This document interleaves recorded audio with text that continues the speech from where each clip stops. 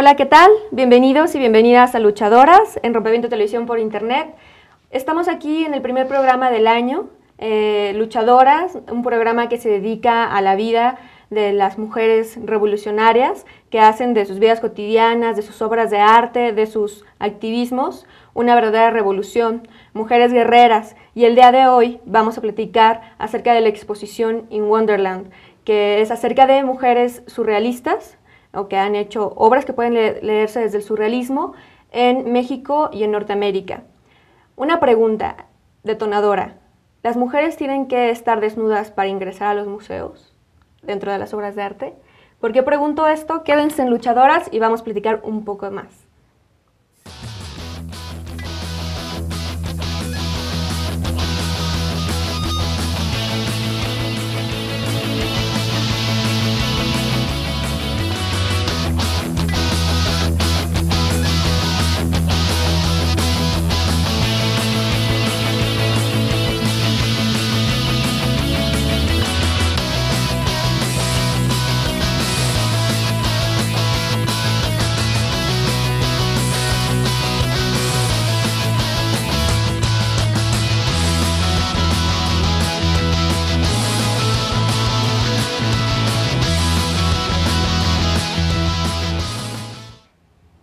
Hola, bienvenidos y bienvenidas a Luchadoras. De nueva cuenta, estamos con Eugenia.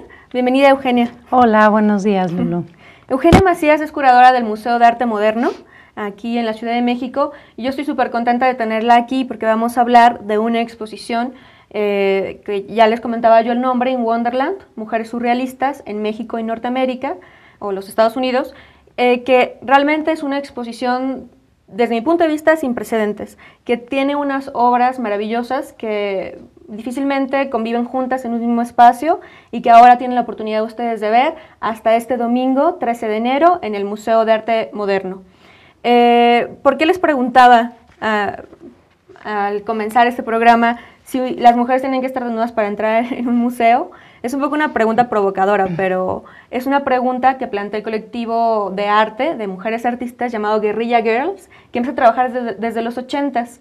Y bueno, detrás del trabajo de las mujeres de Guerrilla Girls, que estamos viendo ahora una imagen en pantalla de esta pregunta, hay en realidad como toda una historia. ¿Cuál ha sido la historia del arte y el papel de las mujeres en esa narrativa de la historia del arte?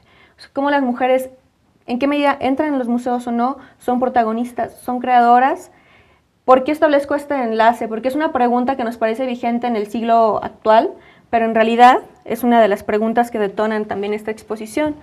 Y bueno, para hablar de eso, pues quisiera saber, Eugenia, ¿tú qué piensas justo de este aspecto, ¿no? Bueno, creo que es importante continuar planteando la pregunta porque en la cultura visual actual, en los fenómenos publicitarios, en toda la información visual que circula en la vida cotidiana, sigue predominando esta imagen y esta manera de plantear lo femenino. Entonces, de ahí que grupos actuales, pero también que la revisión de artistas mujeres y su trayectoria pues sea importante para continuar indagando, ¿no? sobre distintas maneras de representar lo femenino. Entonces, en la exposición que está ahorita en el Museo de Arte Moderno, que esta es su última semana, abierta al público, In Wonderland, Mujeres Surrealistas en México y los Estados Unidos, el planteamiento de las curadoras, expertas investigadoras en el tema, por parte del Museo LACMA de Los Ángeles, Eileen Ford, y por parte del Museo de Arte Moderno, como curadora invitada, Teresa Arc, justamente buscaron hacer un rastreo de mujeres artistas que tuvieran vinculaciones con el surrealismo, pero no solo en el sentido que de manera estereotípica o tradicional se conoce el papel de las mujeres, ¿no? En el surrealismo, que eran o esposas, amigas, musas, motivos artísticos, amantes, ¿no? En el arte, en imágenes o en proyectos de artistas hombres, sino más bien indagar a estas mujeres como artistas activas, haciendo experimentaciones expresivas desde los distintos soportes y vertientes que cada una trabajó. Entonces, las curadoras Aileen Ford y Teresa Ark plantearon este eje reflexivo y pues hicieron toda una investigación de mujeres que se encontraban en este caso, tanto en los Estados Unidos como en México. Muchas de ellas nacieron en Europa, pero se exilian en nuestro país o en los Estados Unidos, pues por distintas razones, ¿no? Algunas por el exilio español, algunas que eran de origen español por el fin de la Guerra Civil Española, otras por la Segunda Guerra Mundial. Como Leonora Carrington.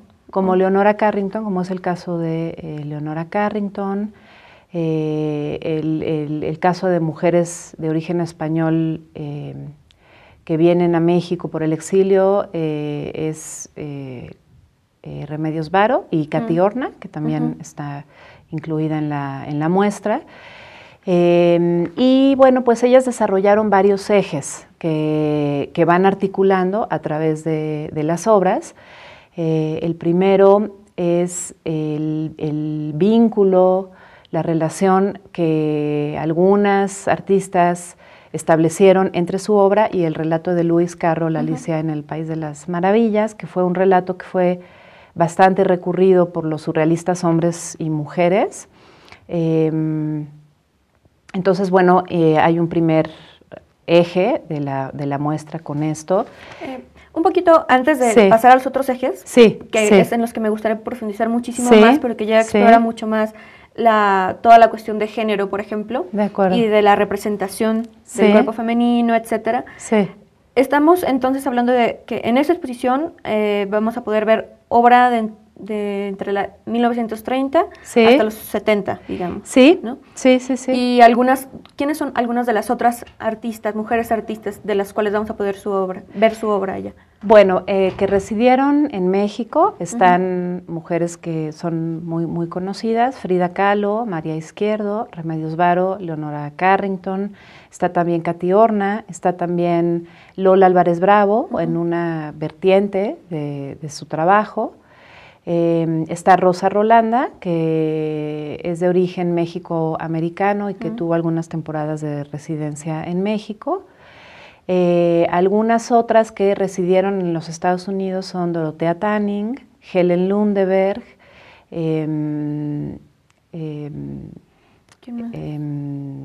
Francesca Goodman, pero es de una generación posterior, pero que de manera expresiva guarda continuidad con algunos elementos de los procesos que experimentaron los surrealistas.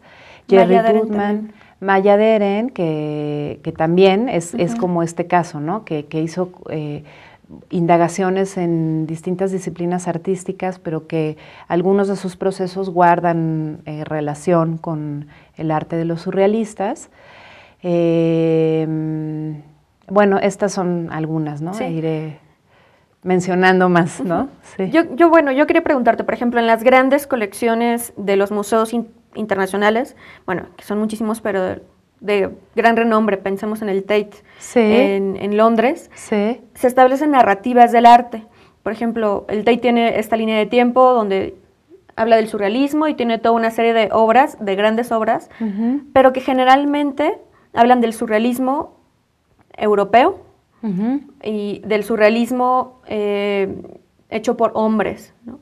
O sea, en estas grandes narrativas yo creo que además, bueno, son mecanismos de poder al interior de la historia del arte, desde mi punto de vista, el papel de las mujeres está invisibilizado, ¿no? En ese sentido, la importancia de esta exposición a mí me parece, bueno, capital, ¿no? Sí, o sea, da otra lectura del proceso. Sin embargo, creo que esta otra lectura se sostiene respetando la genealogía del propio movimiento, ¿no? Porque el movimiento efectivamente nació en Europa, efectivamente André Breton fue líder, un hombre artista lo encabezó y postuló sus planteamientos y empezó a hacer convergencias con artistas que ya tenían trayectoria en ese momento, y otros jóvenes artistas se le unieron y junto con ellos artistas mujeres, ¿no?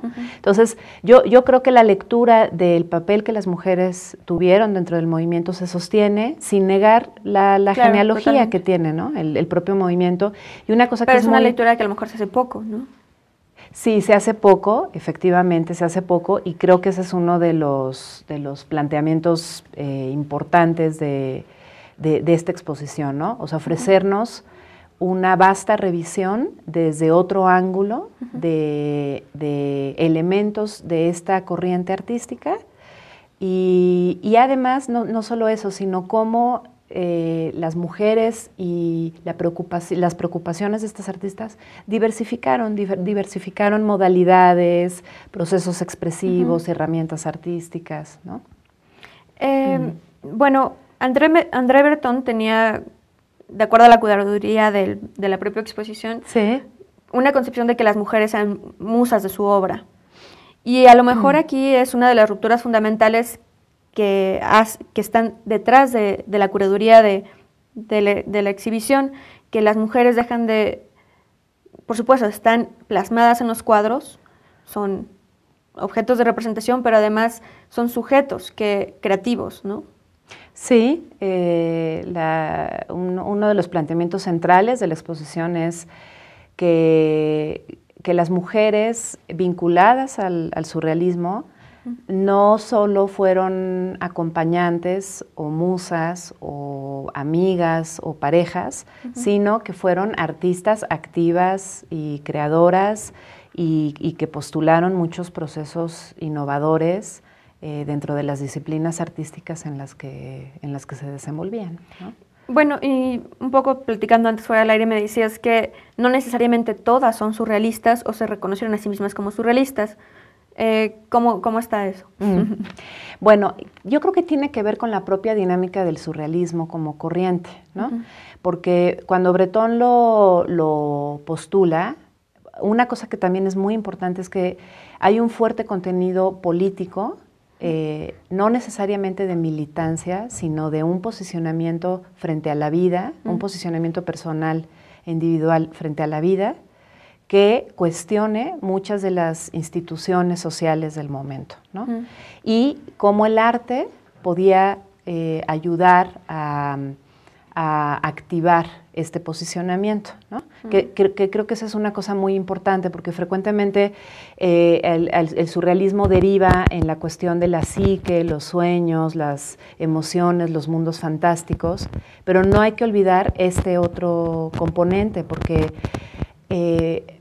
venía Europa saliendo de la Primera Guerra y de las terribles consecuencias que tuvo la Primera Guerra. Hay artistas de otras corrientes que habían sufrido personalmente catástrofes y desastres familiares derivados de la Segunda Guerra, de haber ido a la guerra, de haber perdido a alguien en la guerra, la fragmentación de comunidades, de territorios, ¿no? que implicó eso. Entonces, el surrealismo forma parte de esa corriente, guardando al principio una continuidad con el Dada, ¿no? Vamos a hacer un pequeño corte y volvemos un momento más para profundizar también sobre cómo se vuelve este eje político, ya desde la obra de las mujeres, una contestación al orden dominante de género. Pero volvemos un momento más, estamos hablando de In Wonderland, mujeres surrealistas en México y los Estados Unidos. Estamos con Eugenia, volvemos.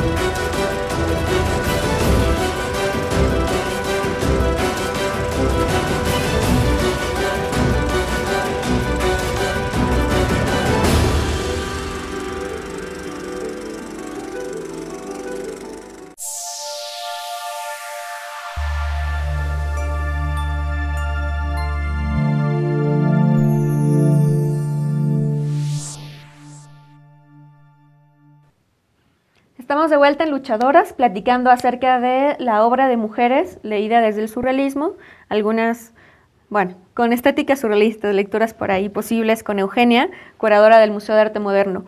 Estamos platicando justo de la dimensión política del surrealismo. Sí. Tú me preguntabas por qué hay vinculaciones diversas de las artistas mujeres con el surrealismo. Y entonces, bueno, yo recapitulaba un poco en cómo se había originado esta dimensión política de un movimiento que surge después de la Primera Guerra Mundial y las consecuencias que tiene, y plantearse como una corriente que se posicionara políticamente a través del arte para cuestionar muchos procesos, ¿no?, sociales, ¿no?, de su momento. En eso, justamente creo que eso le da también como una perspectiva móvil a la propia corriente. Hay artistas ya con trayectoria como Picasso, Quirico, que Bretón los invita a sumarse, ¿no? Y hay otros que son más jóvenes, que comienzan sus carreras justamente yendo a las tertulias en los cafés parisinos y haciendo experimentaciones con nuevos procesos, y militando realmente, ¿no?, en la corriente. Y lo mismo sucede con mujeres que deciden también hacerse artistas y experimentar nuevos procedimientos para articular toda esta idea de cuestionar instituciones sociales, consecuencias de la Primera Guerra Mundial, etcétera, ¿no? Pero eso no quiere decir que se quedaron permanentemente, sino que muchas de estas artistas mujeres, es el caso de Lee Miller, por ejemplo, ¿no? Ella, de Estados Unidos, viaja a Europa, conoce a Man Ray, trabaja como su asistente en su estudio, ahí aprende el oficio fotográfico, y ahí los dos juntos empiezan a hacer muchas experimentaciones, ¿no?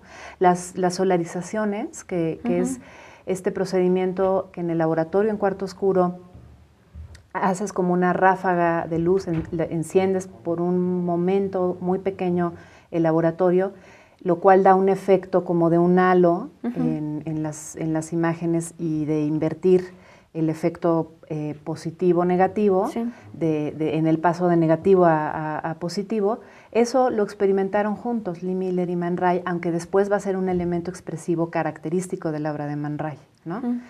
Pero Lee Miller está algunos años, establece una relación con Man Ray incluso, pero después se regresa a los Estados Unidos y abre un estudio de retratos de celebridades, de reportajes de sucesos, bastante exitoso, pero decide cerrarlo y se va a Egipto porque se casó con un hombre de origen egipcio, y ahí hace también muchas fotografías que ya son otra cosa, ¿no? Que son otra cosa, son sobre arquitectura en esa región, son un poco como escenas costumbristas, de oficios y actividades locales.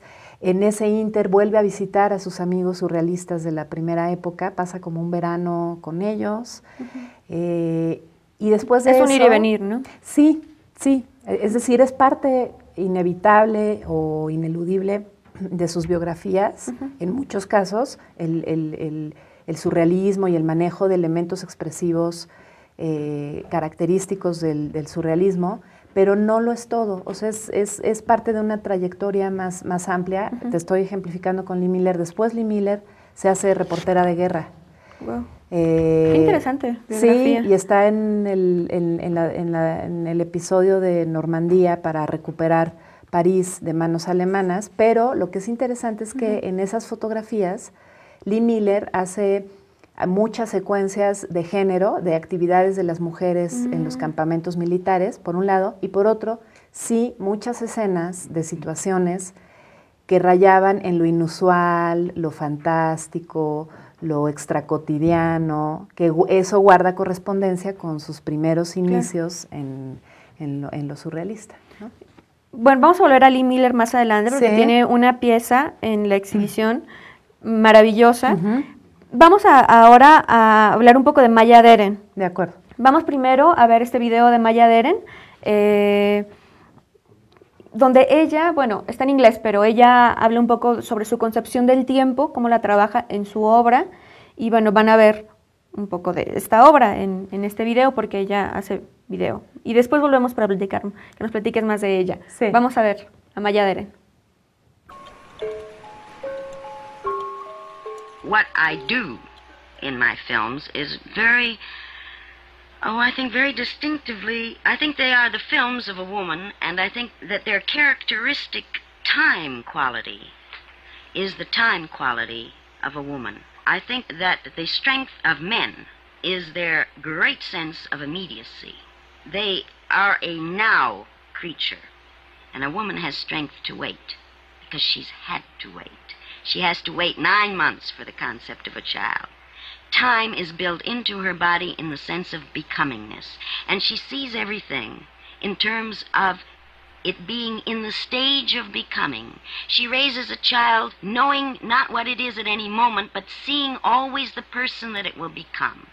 Her whole life, from her very beginning, it's built into her is the sense of becoming. Now, in any time form, this is a very important sense. I think that my films, putting as much stress as they do upon the constant metamorphosis, one image is always becoming another. That is, it is what is happening that is important in my films, not what is at any moment. This is a woman's time sense, and I think it happens more in my films than in almost anyone else's.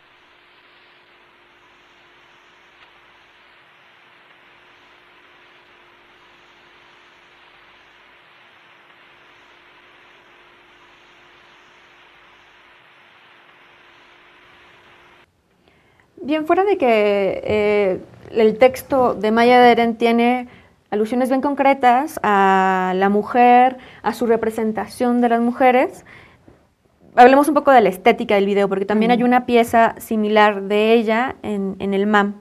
Lo vemos y decimos, es surrealista a lo mejor, estamos familiarizados con la estética, pero ¿qué vemos ahí que es surrealista? Bueno, recursos expresivos que los surrealistas exploraron mucho fue hacer coexistir situaciones como de manera simultánea, ¿no? Y ingeniárselas para en un lienzo o en una secuencia cinematográfica o en una secuencia fotográfica, hacernos ver que están coexistiendo simultáneamente distintas realidades y juegan mucho con los contrastes y las posibles tensiones que la presentación simultánea de distintas realidades genera en uno como espectador, ¿no? Ese es un recurso que, bueno, justo es lo que acabamos de ver. Tiene mucho que ver, ¿no?, con el lenguaje cinematográfico de Maya Deren. Los expertos de cine identifican un recurso que ella utilizó mucho, que se llama falso rapport, que se inicia una acción escénica, cinematográfica. Por ejemplo, ella está en lo que vimos ahorita, ella está asomándose como entre unas plantas, una enredadera, y la acción continúa con ella asomándose en medio de un banquete con hombres, ¿no? Eso es el falso rapport. Y después continúa esa misma acción, pero en otro escenario, ¿no? Ella hace mucho este tipo de secuencias en las que están exhibidas en la muestra en Wonderland, en el Museo de Arte Moderno. Hay la primera, con la que inicia, que es Meshes in the Afternoon.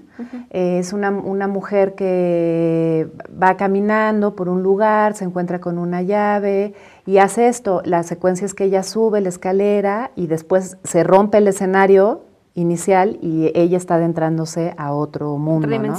Y un poco las curadoras la pusieron al principio, lo cual era un reto porque generalmente los materiales audiovisuales se consideran como de apoyo museográfico, pero aquí el material audiovisual de Maya Deren es una pieza cinematográfica y además es una pieza de cine de culto, antecesora del cine de arte independiente en los Estados Unidos. Y hace alusiones totalmente a Lewis Carroll con las escaleras, la llave, la puerta, ¿no? Sí, aunque no Eso a lo mejor no veces, explícitamente, pero... Sí, a veces las asociaciones con referentes literarios muy famosos, a veces son más como un trabajo de los analistas que una intención totalmente clara en los artistas, a veces no.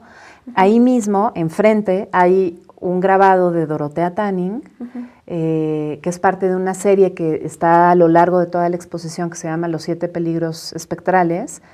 Ese primer grabado ahí presenta una Alicia en el País de las Maravillas con clara reminiscencia de las ilustraciones de la primera edición del libro, aunque después la serie va a tomar giros más bien hacia el lenguaje abstracto, ¿no? Pero bueno, también pensando como espectador, y si hablamos de psicoanálisis y de asociaciones múltiples, digamos, sí, también lo que la lectura puede despertar en el espectador que vaya a ver In Wonderland, ¿no? Que haga estas asociaciones entre múltiples textos que pueden ser de la vida personal, de la escena literaria, de lo que sea, ¿no? Sí. Que es un poco, pues, libre. Vamos a volver en un momentito más. Ya estamos en el tercer segmento de Luchadoras, tenemos tantísimo que hablar, pero les prometo que volvemos para hablar de cómo la obra de estas mujeres vincula, hace una lectura política de los roles de género. Y vamos a hablar en concreto de algunas obras de Remedios Varo, de Frida Kahlo, etc. Volvemos con Eugenia en un momento más en Luchadoras.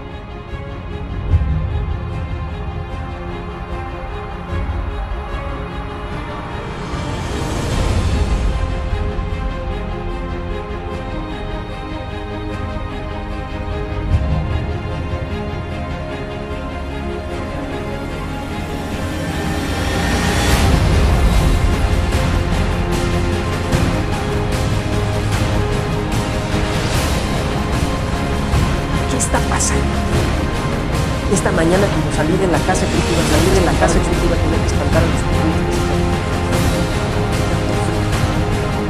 Los seres humanos vivimos con una gran fantasía. En el universo existe siempre van a mirar en la noche, que la Tierra siempre va a tener montañas. Nos hemos dado cuenta que esta es una evolución, es todo evolución. Algunos fenómenos anteriores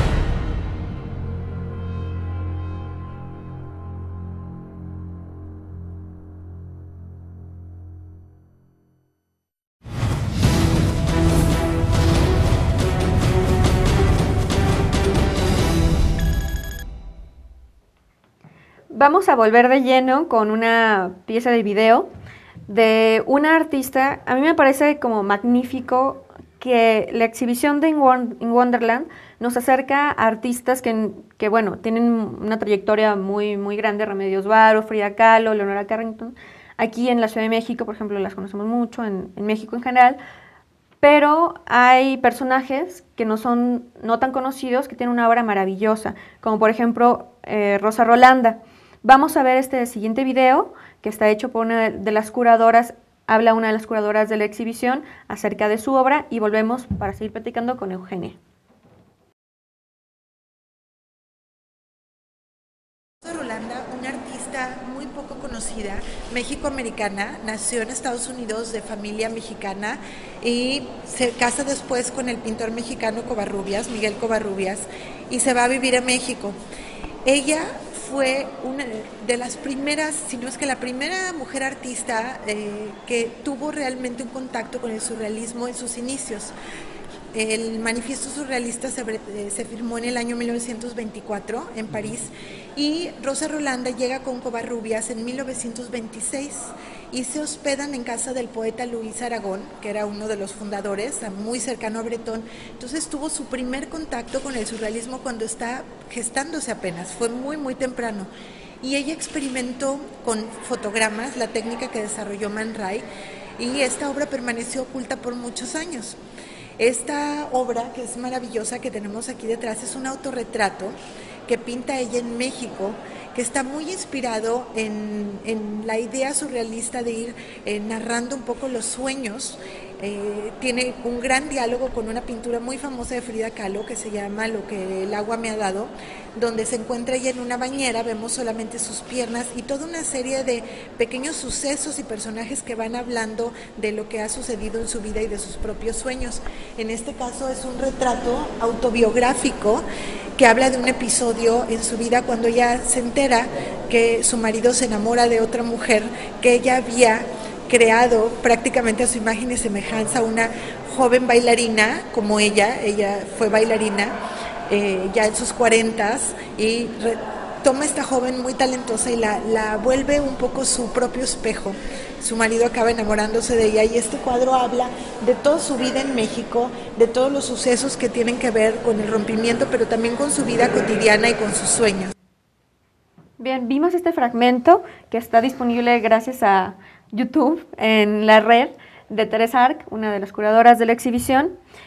Y bueno, Eugenia, nos hablabas al principio del programa de que hay varios ejes a través de los cuales está organizada la curaduría. Uh-huh.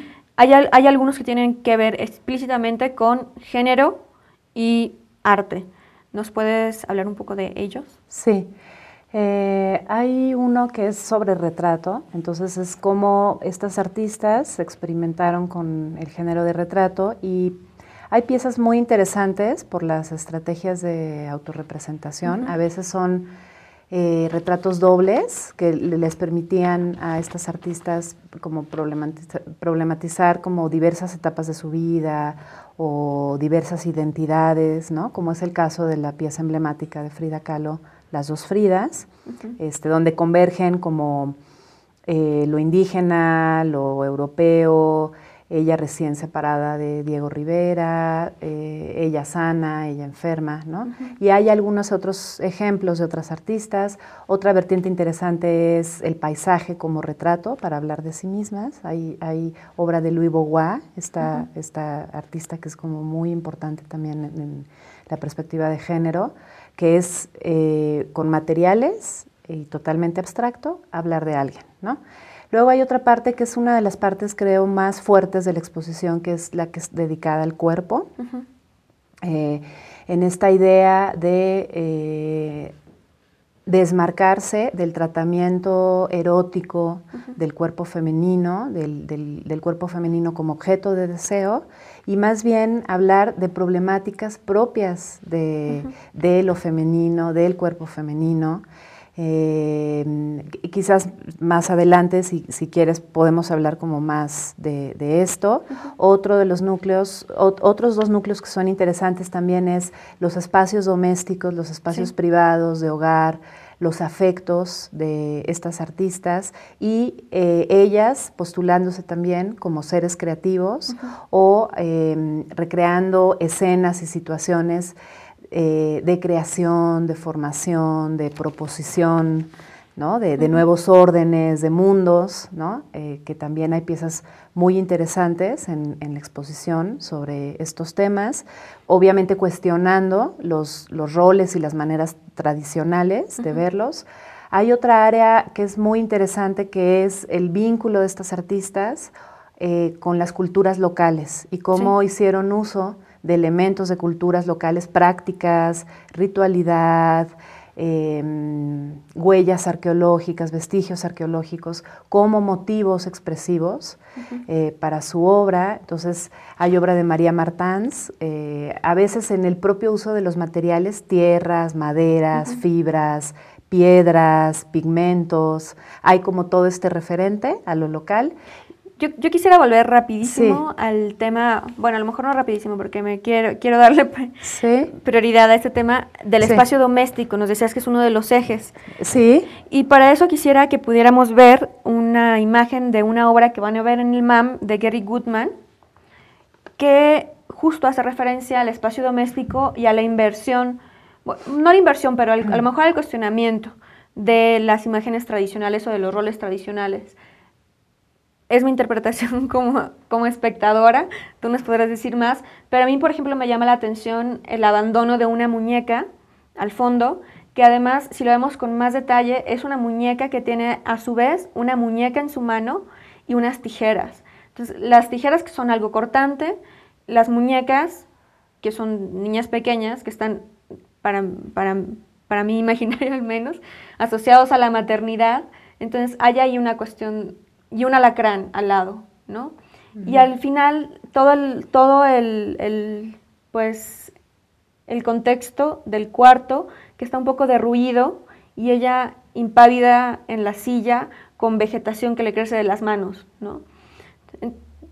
Digo, lo bello del arte es la interpretación que le puede dar el espectador, pero a mí eso me genera como unos cuestionamientos impresionantes de los roles tradicionales. Sí, bueno, esta obra, justo en el análisis tan detallado que tú haces, en el análisis visual, toca como muchos tópicos que son recursos expresivos frecuentes en ellas. O sea, las muñecas, pero no las muñecas para reproducir el rol tradicional de madre, ni el rol tradicional de niña, ni todas estas asociaciones de lo lindo, lo bello, ¿no?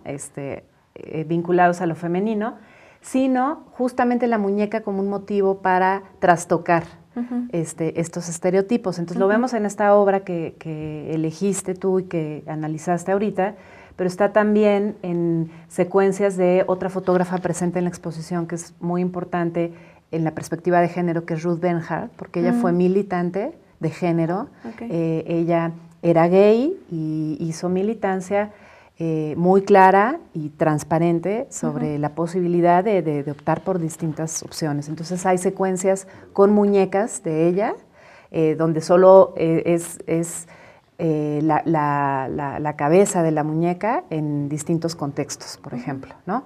O Katy Horna, que ella a sí misma sí se vivía en un esquema heterosexual mucho más cercano a lo tradicional y demás, pero también cuestiona los espacios domésticos y también tiene unas secuencias, por ejemplo, de una recámara, que es una secuencia muy, muy importante en ella, que se llama Oda a la necrofilia, que no hay muerto, pero está una mujer que curiosamente es Leonora Carrington, la que hace todas las distintas escenas de la serie, y es una recámara muy tradicional y está la mujer doliente, pero no hay muerto. Entonces un poco es como darle la vuelta a estos protocolos de comportamiento social. Y ella misma tiene una secuencia de una muñeca, entonces ves una misma muñeca como en distintos escenarios, junto a un charco en una calle o delante de un puesto de esculturas que parecen como esculturas religiosas, ¿no? Entonces, ese motivo de la muñeca, pero trastocarla de su sentido tradicional, está muy presente en la exposición, en obra no solo de Jerry Goodman, como lo que vimos, sino de distintas artistas. La cuestión de la mímesis con el entorno, el mobiliario, que es un cuestionamiento a que a veces las dinámicas en las que están las mujeres como madres, esposas, hijas, trabajadoras, etcétera, las llevan como a ese confinamiento. Y, por ejemplo, hay una obra de Remedios Varo, Mimetismo, que es una obra importante en la trayectoria de Remedios Varo, que usa también ese mismo motivo, ¿no? Vamos a volver en un momento más, en el último segmento de Luchadoras, y en él quisiera que pudiéramos platicar y profundizar más en el tema de también el cuerpo como sitio que experimenta dolor, ¿no? Y tú ya nos decías, no se representan las partes eróticas tradicionales que representan los hombres, como los senos, por ejemplo, etcétera. Entonces vamos a volver en el último segmento platicando de In Wonderland, la exposición acerca de mujeres surrealistas en México y Norteamérica, aquí en Luchadores.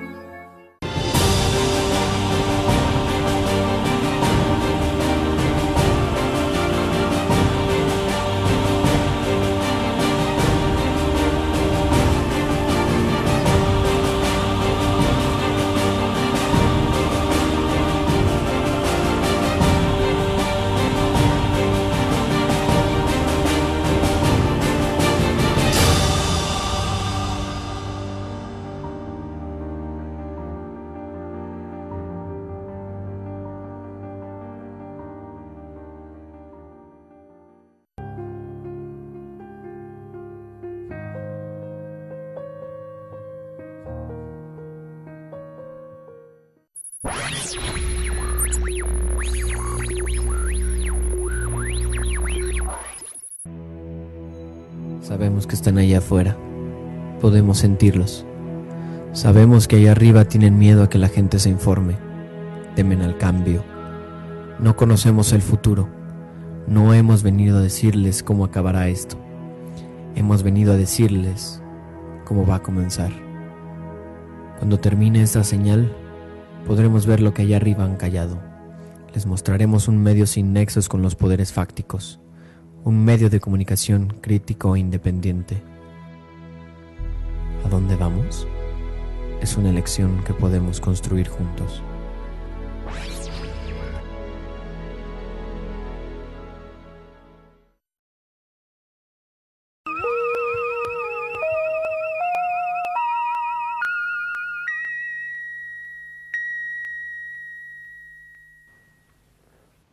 Estamos de vuelta en Luchadoras, teniendo una plática maravillosa acerca de la obra, también maravillosa, de mujeres artistas surrealistas.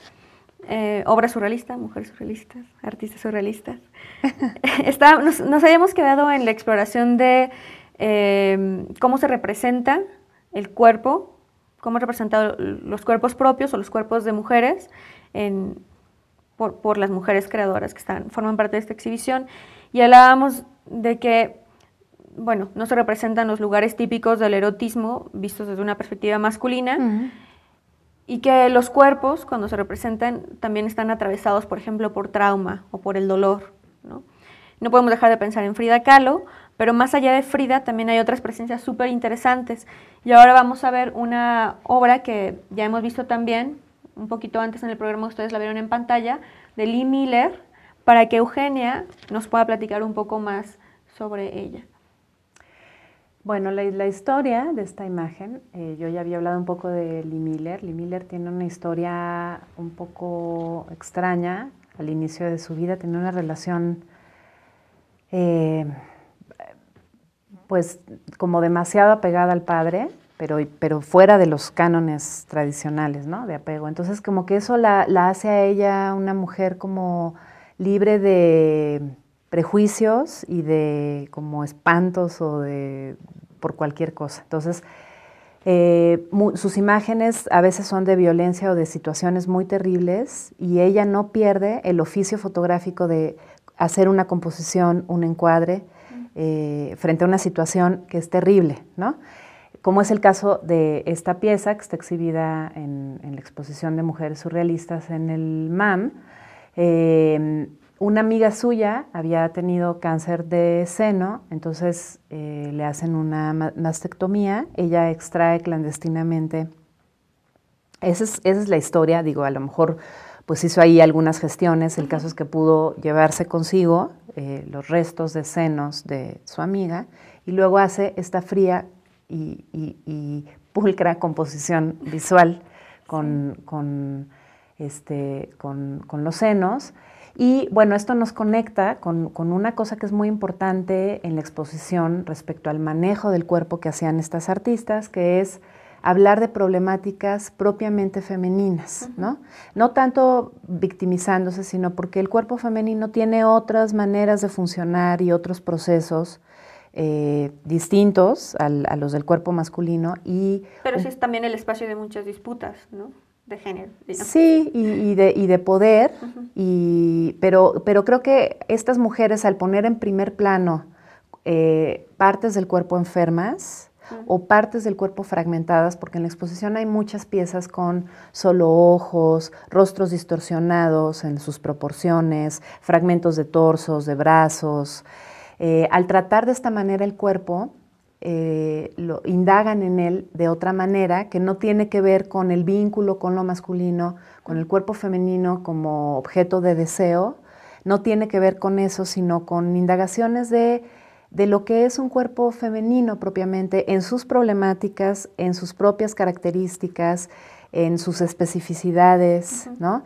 Y bueno, pues la exposición tiene mucha obra, o sea, está de Lee Miller, pero hay obra de Frida Kahlo, una constante en la obra de Frida Kahlo, que además es un ejemplo que destacan mucho los críticos, que es cómo siendo pareja de Diego Rivera y con la fuerza que tuvo la Escuela Mexicana de Pintura y el muralismo encabezado por él, ¿no? Además de Siqueiros y Orozco, cómo Frida Kahlo guardó autonomía expresiva, ¿no? Respecto a esta fuerte presencia en su vida, ¿no? Y uno de los ejes de esa autonomía era pues que ella elaboraba mucho sobre su propia problemática de enfermedad por el accidente que tuvo tan joven y que le imposibilitó de caminar bien, de tener hijos, etcétera. Y ella articulaba mucho esa parte biográfica en su obra y está inevitablemente presente, ¿no? en sus retratos. De hecho, hay otra obra que podemos ver ahora la imagen, es de Frida Kahlo, Sol y Vida. Y cuando yo la vi, también está en la exhibición que está hasta este domingo 13 de enero en el MAM para que puedan ir a verla. A mí me evoca muchísimo a la sexualidad femenina representada en lo vegetal, ¿no? Como, y la maternidad quizás, como úteros que alojan seres, a semillas o semillas potenciales que están adentro. Sí, lo que es interesante aquí es que esta obra, junto con otra que también es muy importante de Frida, que se llama Mi vestido cuelga ahí, es que rompen con las constantes que más se conocen del trabajo de Frida Kahlo, que son los autorretratos, donde hay muchas referencias a este cuerpo enfermo, roto. Y aquí no, aquí esta, por ejemplo, raya más en el género de naturaleza muerta, con el sol, los elementos vegetales que aluden como a fisiología femenina. Y bueno, pues es interesante que también la exposición dio espacio a dar estas otras lecturas de artistas que se reconocen desde otros lugares visuales, ¿no?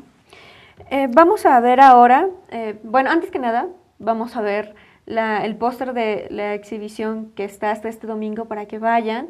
Y les vamos a poner también aquí en la pantalla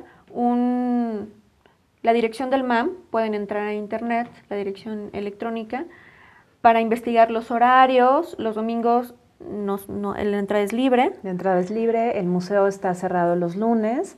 El horario es de 10:15 a 5:30, 10:15 de la mañana a 5:30 de la tarde. La dirección, ahí la ven, ¿no? mam.org.mx. No se la pierdan, de verdad que es una exhibición maravillosa que inicia en el Museo del Condado de Los Ángeles, en California, luego se va a Canadá, viene a la Ciudad de México y después ya no hay más.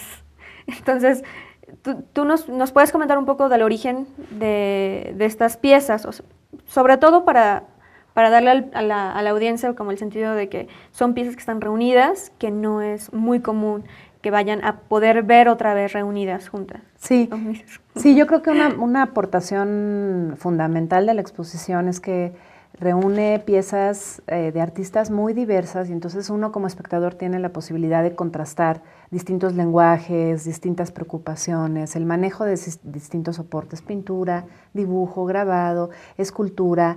Hay un área muy interesante en la exposición que rememora los procedimientos que postularon los surrealistas, el cadáver exquisito, el fumage, la decalcomanía, los fotogramas en la fotografía y entonces hay obra de distintas artistas que usan muy claramente estos procesos. Entonces creo que eso es importante. El proyecto pues fue un proyecto que se gestó más o menos en 6 años entre la investigación, la ubicación de las distintas piezas que fueran representativas de las artistas en distintas colecciones particulares y públicas en México, en los Estados Unidos, en menor medida en Europa, pero sí hay de galerías y de museos importantes. Y bueno, fue un proyecto, también esto es importante decirlo, porque implica también como la capacidad de trabajo de las instituciones. Fue un proyecto binacional con el Museo de Arte del Condado de Los Ángeles, el Museo LACMA. Yo ya había mencionado que una de las curadoras está adscrita a esta institución.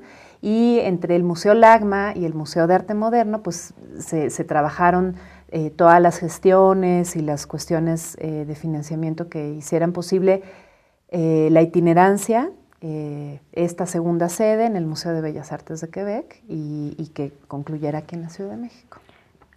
Nos acabas de hacer referencia al Cadáver Exquisito y es otra de las piezas que no se pueden perder, porque yo no sé cuándo la voy a volver a ver otra vez en mi vida y quiero regresar esta semana para volverla a ver. Es un Cadáver Exquisito hecho por Frida Kahlo en colaboración con otra artista, no recuerdo ahora el nombre. Lucien Bloch. Ajá, que es sobre Frida y Diego con los roles de género invertidos. Es decir, la cara de Diego con sexualidad femenina y Frida con sexualidad masculina. Y realmente es un dibujo bastante sencillo, pero bueno, o sea, no es como el gran dibujo de gran formato, pero es una representación maravillosa. Es realmente una de las piezas que yo creo que vale mucho la pena ver. Y que, bueno, se hace dentro de esta práctica que postularon los artistas surrealistas del Cadáver Exquisito como un dibujo hecho colectivamente donde, donde cada quien iba aportando un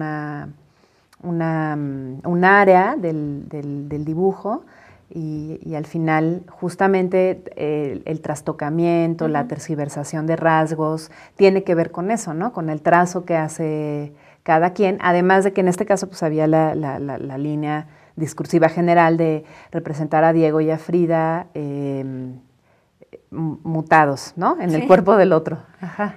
Bien, vamos a ver un último video. Vamos a ver el trabajo.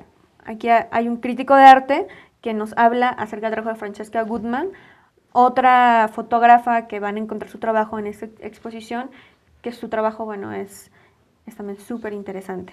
Vamos a verlo y volvemos en el final de Luchadoras con Eugenia. Su obra es sobre todo un intento de alegorizar o fijar simbólicamente su peripecia vital.